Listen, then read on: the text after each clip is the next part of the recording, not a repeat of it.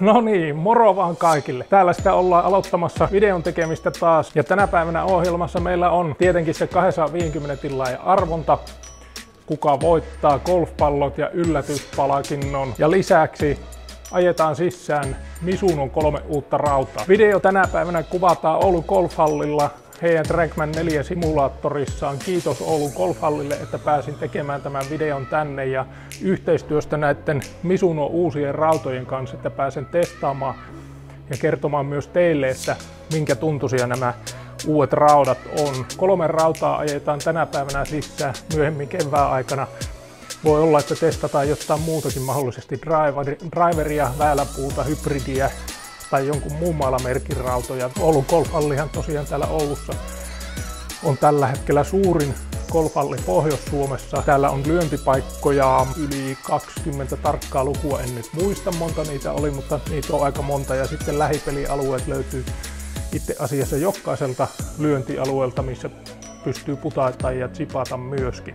Sitten on erillinen lähipelialue, missä on vähän muotoiltua greeniä ja muuta hauskaa. Täältä löytyy myös sitten fittauspalvelut. Itsekin ajattelin, että kevään aikana täytyy käydä testaamassa nuo uudet raudat. Ja jos ne vaikuttaa sellaisilta, että ne toimii minulla hyvin, niin ei muuta kuin fittausmailoille. Kun tätä mittaa on se 2 metriä minullakin, niin ihan standardimailat ei meikäläiselle istu. Mutta pitemmittä puhetta 250 tilaajan arvon. Arvonnan minä suoritin jo kotona ennen tänne hallille tuloa ja tähän nyt pistän tänne näkyville arvonnan, minkä minä suoritin ja pistetään arvonta pyörimään. Klik!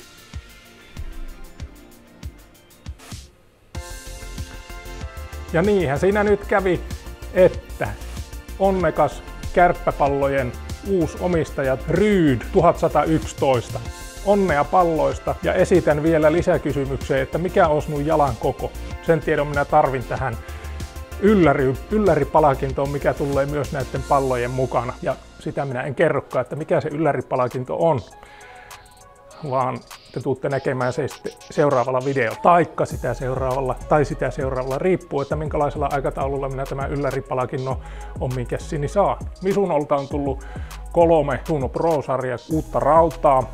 Koeajetaan nämä raudat ja katsotaan, että miten ne toimii minun käsittelyssä.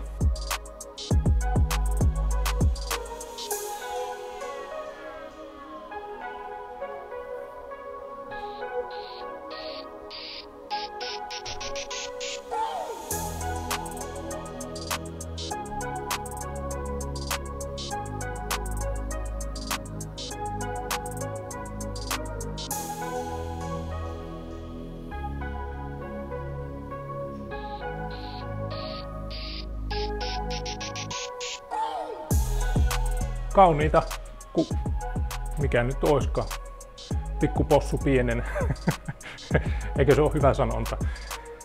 Nättiä rautoja, omaa silmään Misunon raudat on aina istunut tosi hyvin. Mutta aletaan lyömään palloja. Minä lyön jokaisella raudalla 10 vetoa ja katsotaan miltä nuo lukemat näyttää. Alkuun vedän omalla raudalla siihen semmoisen verrokkisetin. Varsi on pikkusen erilainen testimailassa. Siinä on Dynamic Gold X ja minulla itsellä on ne True Temperi AMT Tour White X-varret, että se on se Dynamic Gold pikkusen painavampi mitä tuo AMT White. Mutta ei siinä hirveitä eroa pitäisi olla. Katsotaan miten vaikuttaa. Pikkusen matalampaa saattaa siitä Dynamic Goldista tulla kaareltaan, mutta aletaan lyömään ja katsotaan minkälaisia lukemia sieltä alkaa tulla. Joo, eli omalla rautaseiskalla ensin se 10 vetoa.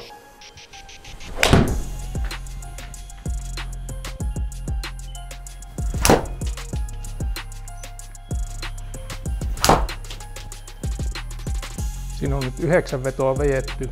Otetaan vielä 10 tuosta omalla raudalla.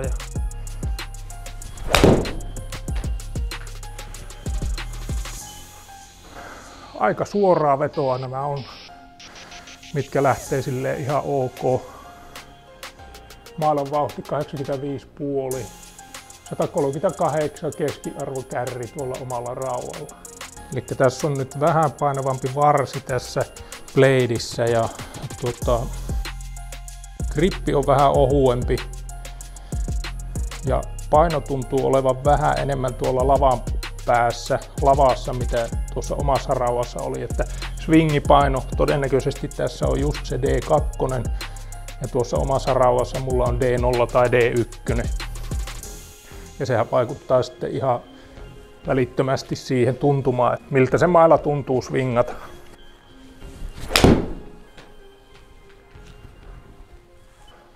Osumatuntumahan tässä on semmoinen hyvin Mizunomainen.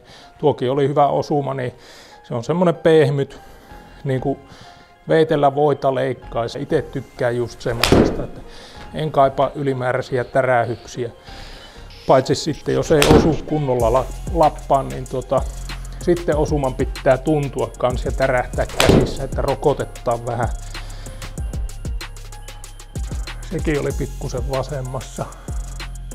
Lapa on näköjään vähän suluukin, mutta ei se mitään, jos ne kaikki on samanlaisia vetoja, niin sekin, että tuo grippi on ohuempi, niin se saattaa vääntää sen veon tuonne vasempaan. Mutta mikä näissä ensimmäisessä 3 veossa nyt on ollut huomattavaa ainakin, niin tuo pallon vauhti on ollut 114-115 aika vakio, mailan vauhti 84. Ja pallo on lentänyt tuo yli 140 metriä ilmassa. Siinä oli ihan alalapa osuma. Ja smässeissäkin näkee heti, että se tipahti alaspäin. Että tämä kyllä rokottaa sitten, kun ei hyvin osu niin aika lailla. Ja semmosiahan ne bladeit on. Tuossakin niin ei ollut keskellä lappaa osuma. Niin heti tipahti pallon vauhdit tuonne 106 ja pallo lensi vaan 132 metriä.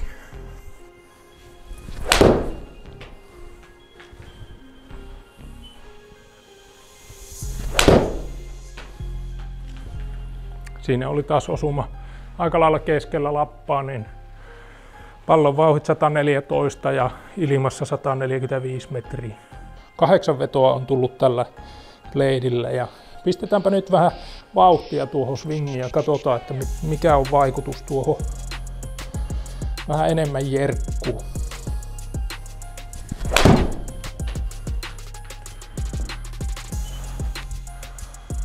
No siinä oli vähän enemmän jerkkuu. 87 oli mailavauhti ja pallon vauhti 115 ja lensi 142. Katsotaanpa, mitä 10 lyönnin keskiarvo sanoo esimerkiksi kärristä. No niin, siinä on 10 keskiarvot ja mailavauhti keskiarvo 85, kärri 140 ja totaalit 146. Ei tuossa hirvittävää eroa siihen omaan verrattuna ollut, mutta tuo spinnejä 100 enemmän, 200 enemmän ja kärri keskiarvoltaan 5 metriä enemmän kuin sillä omalla, niin kyllä siinä pikkuinen ero on. Tässä on 34 astetta lofti tässä. Se on itse asiassa samaa kuin tuossa omassa raudassa. Mutta sitten tietenkin näiden varsien eri varsivaihtoehtoilla, niin niillähän voidaan vaikuttaa siihen pallon kaareen ja lentoon ja muuhun, että se vaatii sitten sen fittauksen, että saadaan mailla varmasti toimimaan hyvin. Seuraavana on käsittelyssä sitten tämä Mizuno Pro 223 rauta ja tämä on hyvin paljon vastaavanlainen, mitä mulla on nuo nykyiset raudat MP18 SC. Eli tämä on tämmönen vähän niin kuin pikkusen isompi lapa, mitä tuo blade on. Tämä on ehkä näistä kaikista 3, onko tämä nyt anteeksi antavin kaikista. Ja vertaalleen tällä on lyönyt, mainihin tästä silloin edellisellä videolla, että tällä löin, niin mailan vauhti oli 2 mailia korkeampi, mitä tuolla omalla raudalla. Samanlaisia vetoja lähdetään tekemään, ei mitään ylenpalttista repimistä, hyvällä fiiliksellä.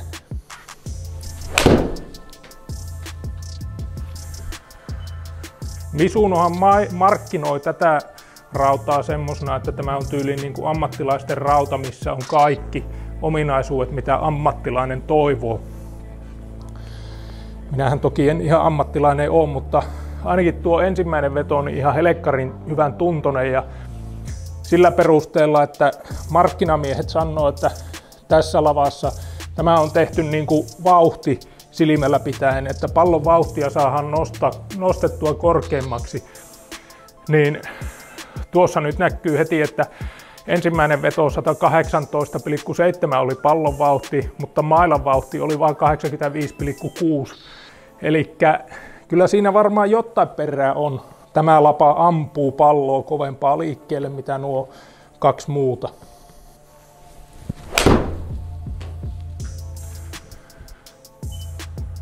Spinnit 6000, eli suunnalleen saman verran, mitä tuossa omalla raudalla oli, kun veti, niin se keskiarvohan oli 6 tonnin luokkaa.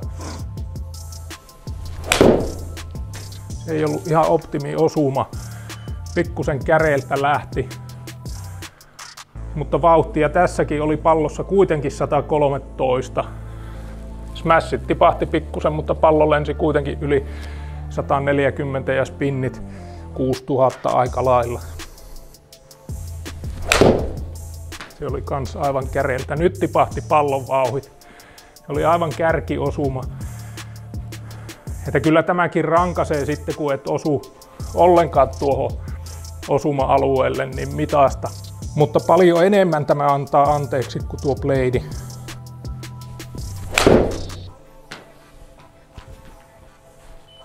Sisältä lapa tulee 1,4 ja lapa sulettu 2 astetta, pientä broota.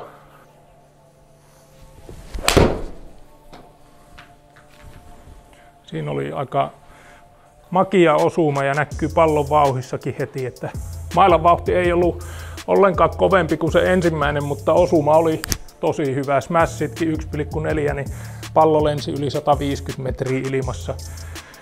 Rulleja oli sen vähän reilu 7 metriä.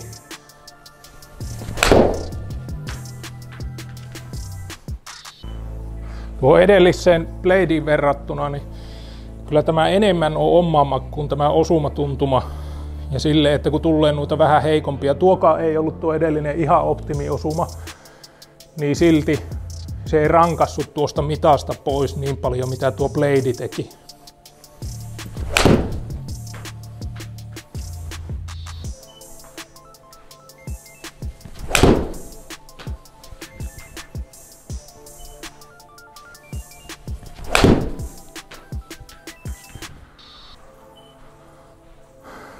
No niin, siinä oli 10 vetoa tällä 223 Mizuno Prolla. Lofti tässä on 32. Ja tuolla edellisellä oli 34. Eli tämä on pikkusen voimakkaampi loftinen rauta kuin se edellinen oli. No niin, eli tällä 223 minun keskiarvo spin rateit 5749, eli ne on pikkusen 300 vähemmän mitä oli omalla raudalla ja bladeilläkin ne oli 6100, eli tässä on aika iso ero spinnien suhteen. Todennäköisesti se johtuu täysin tuosta lavasta, että kun siinä on loftia vähemmän tai lapa on voimakkaampi, niin se heittää sitten spinnit pienemmäksi. Pallon vauhit. Keskiarvo 114 tällä 223 ja bladeillä oli 112, eli 2 mailia vähemmän. Huomattava erohan se on, että kun 5 metriä on kuitenkin puolikas mailan mitta, niin kyllä se alkaa jo merkata tuolla kentälläkin. 225 Muscleback rauta.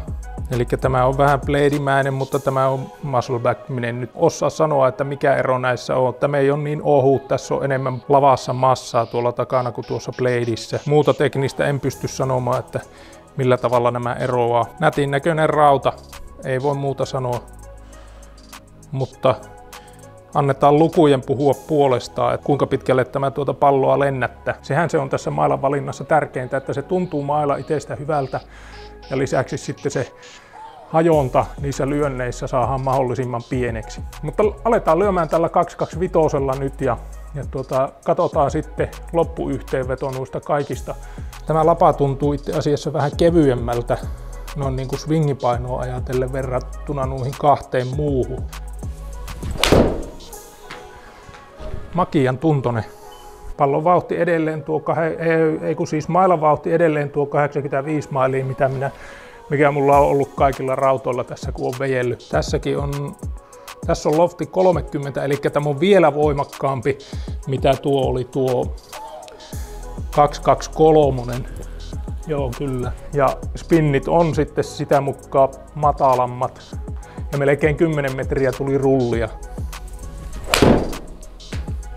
On tosi makian tuntoinen osumassa. Mizunohan tekee nämä raudat sillä tavalla, että tuolla lavan sisässä on semmoinen ohut kupariosuus, mikä sanotaan pehmentävää sitä osumatuntumaa. Ja sitä kautta tulee se Mizunon ominaispiirre siihen osumaan, että se tuntuu tosiaan semmoiselta pehmeältä.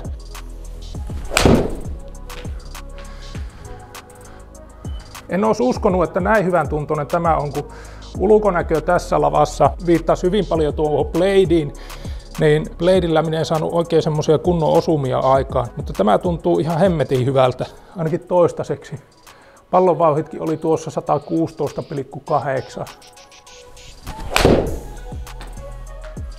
116,6 pallo ja ilmalento 150. Tuossa oli spinniä pikkusen enemmän.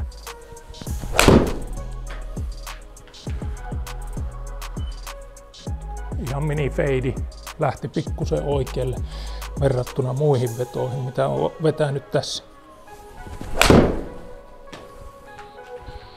Itselle hirvittävä yllätys tämä rauta niin kuin tuntumaltaan, ja sitten nuo lukematkin näyttää semmoiselta, että no tuossa oli mailassa vauhtia 87, niin pallo sitten toki lentää. Mutta niin kuin minä oletin, että tuo 223 on parhaan tuntoinen ja mukavin, mutta tämä melkein kiilaa tuon keskimmäisen eilen niin kuin minun fiiliksissä. Siinä oli ensimmäinen heikompi osuma. Siinä tipahti sitten nuo pallon vauhdit, mutta pallo pysyi suorana ja meni se kuitenkin 138 metriä. Ei nyt mikään poskettoman huono.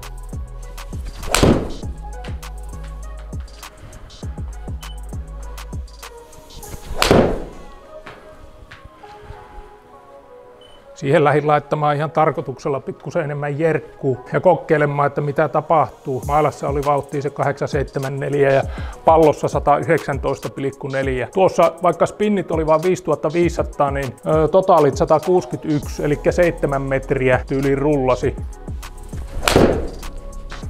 Siihenkin lähdin painamaan voimaa vähän enemmän. Pallon vauhdit 121, spinnit 5,5 tonnia tuossa veossa.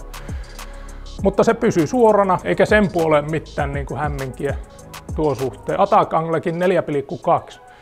Minä olen näköjään oppinut jotakin, eli osaan lyödä alaspäin sitä palloa. Jossain vaiheessa, kun näitä vetoja vejin simulaattoreihin, niin mulla oli rauta 7:llakin attack angle 1,5 alaspäin, tai 1 aste, maksimissaan 2 astetta. Nyt on melkein kaikki tullut jotain 4:stä 3,5, 4:stä 2,5, että ei mitään poskettoman huonoja. No niin, katsotaanpa nämä lukemat. Otetaan ensimmäiseksi tuo 225, eli tämä viimeinen millä vejettiin. Tässä oli kaikkein voimakkain lofti, 30 astetta. Tällä raudalla minun spinnit oli keskiarvo 5589, kärri 149, pallon vauhit 116,5. Täällä on yksi huono, mikä me voitaisiin puottaa pois tuosta laskelmista. Niin keskiarvospinnit 5600, kärri 150, pallonvauhti 117. Joo, ei mikään huono. Sitten sillä 223, tässähän lukemat näyttää siltä, että 5749 oli spinnit. Sitten pallonvauhti 114,7 ja kärri 145,5. Täällä on pari huonoa, 134 ja 136. Jos ne puotetaan pois, niin saadaan nämä kohtuu hyvät. 147,9 oli kärri keskiarvo ja spinnit 5753, niin se on aika likellä tätä viimeistä. Pallon vauhit 116 ja sillä 225 117,3. Sitten se Blade, niin sillä spinnit 6193 pallonvauhti 112,3 ja kärri 140. Sillä bladeillä minä en saanut oikein touchia siihen vetämiseen. Siinähän lapa olikin kaikkein nostavin, niin tämä selittää aika hyvin tämä spinni. Mutta tämäkin on sitten ihan täysin siitä kiinni, että mitä kukainenkin haluaa mailalta. Haluaako, että pallo alastullessaan rullaa enemmän? Haluaako se, että pallo stoppaa niin kuin seinään? Vai mitä haluaa, että se pallo tekee? Ja sitten vielä toiseksi, varret vaikuttaa myös hyvin paljon pitkälti siihen, että miten se käyttäytyy se pallo. Ampuuko se varsi vähän korkeampaa kaarta, matalampaa kaarta, pienempää spinniä, korkeampaa spinniä. Taitaa tuo Dynamic Goldi olla semmonen niin kuin keski-midi-kaaria. Ei korkeata eikä matalaa kuin semmoista keskivertokaarta ampuva varsi. Ja se vaikuttaa osaltaan sitten siihen kanssa. Ja tämä kaikki löytyy sitten fittauksen kautta, että mikä varsi toimii kenellekin parhaiten. Eli fittaus kannattaa aina ennen kuin rautoja menette ostamaan, taikka driveria tai mitä tahansa muuta mailaa, niin kannattaa fitata ne mailla. Mutta oikein paljon kiitoksia, että seurasit videon tänne asti. Ryd1111, pistä minulle viestiä, sähköposti. Tuossa alhaalla on osoite, minne voin toimittaa nämä pallot. En tiedä, tykkäsitkö kärpistä, ei sen väliä. Saat kuitenkin kärppälokolla varustetut pallot. Ja pistä minulle myös tieto siitä, että minkä kokoinen jalka sulla on.